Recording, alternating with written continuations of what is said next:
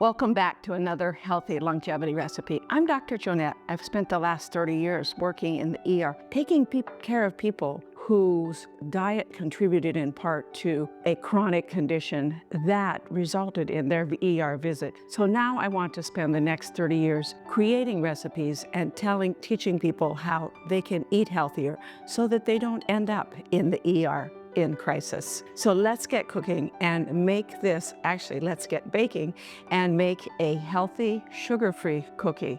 When I say sugar-free, I need to define sugar-free. There are no refined sugars in this cookie. It does have some honey, so it has some natural sugar, but there are no refined sugars. To get started, the first thing we are going to do is make some oat flour. These are rolled oats. You can toast them. A lot of times I do toast them. By the way, if you do want to toast your oats, use a dry frying pan, either a cast iron or a stainless steel. Don't use a Teflon coated. Teflon coated or nonstick pans have a couple of things. They have something called PFAS, which is a forever chemical that ends up as microplastics in our brain. That nonstick coating sloughs off and ends up staying in our body, in our brain, basically forever. So we're gonna add our oats to the blender. You could use a food processor also. I like to use a blender, and we're gonna grind them up. Got some nice oat flour. I like the little blender because it's quick, it's easy, and you only got one little thing to clean up. We're gonna be using that again, so I'm not gonna get it too far away. And next, we want to add to that some almond flour, some toasted coconut, well, this is actually unsweetened coconut flakes.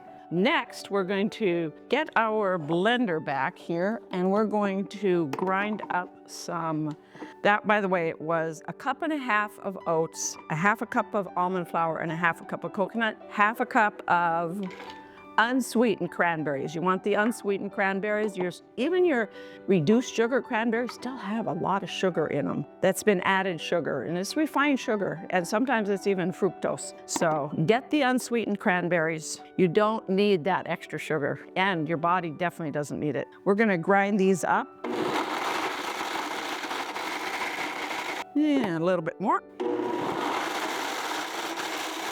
That looks pretty good. We're gonna put those right into our flours, and I like to stir them in real well at this point. If you want to purchase this blender or know where I got it from, just scroll down to the links below, and you'll be able to find a link that'll take you out to where you can get it. I do get a small commission, so I appreciate you supporting me and supporting the channel. Thank you very much. And those cranberries tend to stick together a little bit when you chop them up sometimes, so I like to just kind of work them right into the flours. One of the things I love is the combination of cranberries and macadamia nuts. At Christmas time, I host this big Christmas bake-off, and one of the favorite cookies is a cranberry and macadamia nut cookie. And we're gonna chop up our macadamia nuts next and add them right into our dry ingredients. There we go. And we're also going to chop up 1/2 cup of almonds into there and mix that all up. And now we're going to add some honey to either almond butter or peanut butter. Either one works great. You want about 1/3 cup to 1/2 cup, and we're adding in about 1/4 cup of honey. And I want to stir that together real good here. But it looks like it might be a little thick. We'll see. If it's a little on the thick side, just pop it in the microwave for a little bit, about 10-15 seconds until it's just real nice and soft. In fact, I think I want to do that. Just get it a little bit more liquidy here. And that was about 10 seconds. It's still a little on the thick side, but I think we'll get it mixed in. And sometimes what I do, if it still seems a little on the thick side, I will add a little coconut oil to it to give it a little bit more moisture to make it into cookies, because you do want it to be kind of the consistency of cookie dough. And this might be a little on the thick side. We'll see. Yeah, I'm thinking a little too crumbly here. I'm gonna add a couple of tablespoons of coconut oil to it.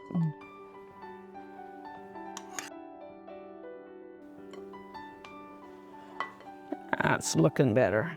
Just get it all mixed up really well. And when you're making dough like that, you want it to stick together. It's sticking together pretty good. And I want to get a cookie scoop here.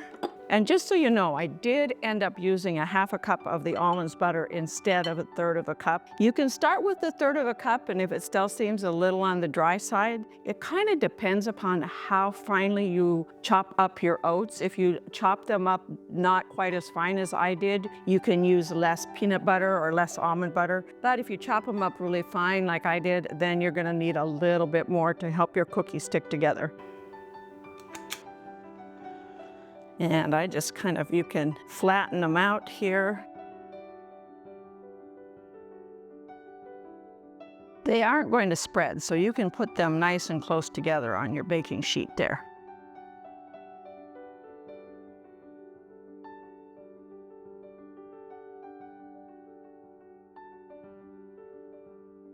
There we have it, a dozen cookies ready to go into the oven. I've preheated the oven 350 degrees, and I'm gonna bake them about somewhere between 11 and 13 minutes. I'm gonna check them after about 10 or 11 minutes.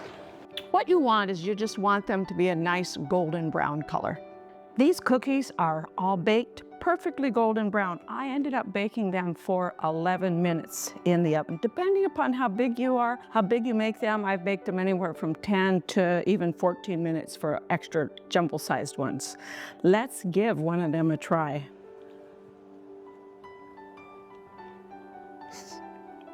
They're really good when they're warm, but good when they're cool too.